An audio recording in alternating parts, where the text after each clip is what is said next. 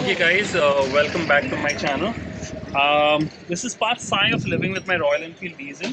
I'll be explaining the seat and few other alterations that I've done to customize this bike. You got to understand, I have not modified this bike. This bike is still very much street legal. I've just customized it as for my liking. So now you get various seats in the market. Usually you have springs over here attached to the seat, but I haven't found that comfortable enough. So what I have done is I have taken a Bajaj Chetak seat. I have narrowed it down. I put 2 inches of gel over here, and this spring over here really helps your lower back. Why have I placed this? Is because I'm used to adventure bikes like Expulse, Impulse, and I'm used to the comfort. Now I'll sit on this and show it to you.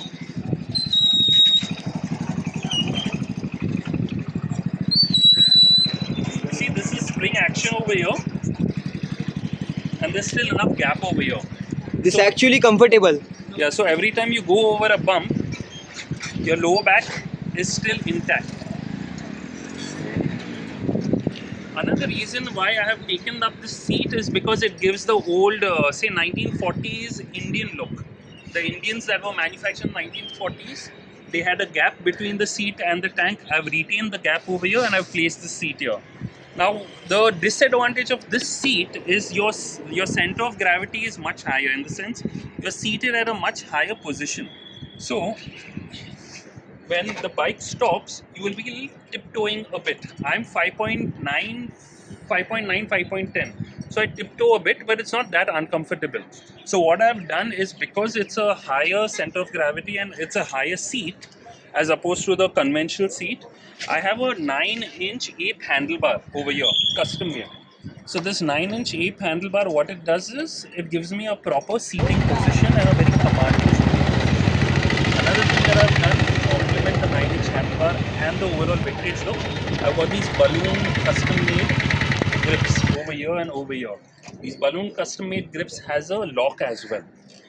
If I say this, So the balloon grip, the 9-inch handlebar, the what do you call, old vintage tank with the rubber coating over here, the Chetak seat which gives it a nice vintage look, as well as these what do you call, side storage boxes that I've placed. These are basically khaki wala, and the white walls. This overall complements the bike as a vintage bike. Again, this is a 1990 bike, so this bike is around 35 years old. So it is an old bike, but the overall design kind of complements it. There's another thing I would like to emphasize is, you see these were accessories that you used to get on ambassadors.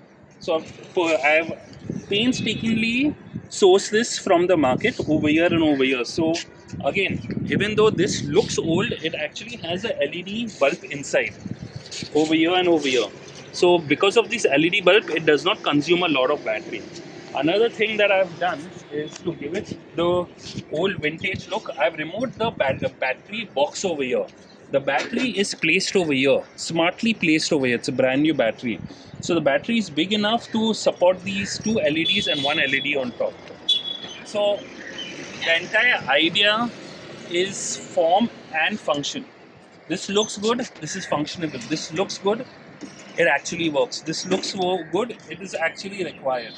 So nothing on this bike is done just for design.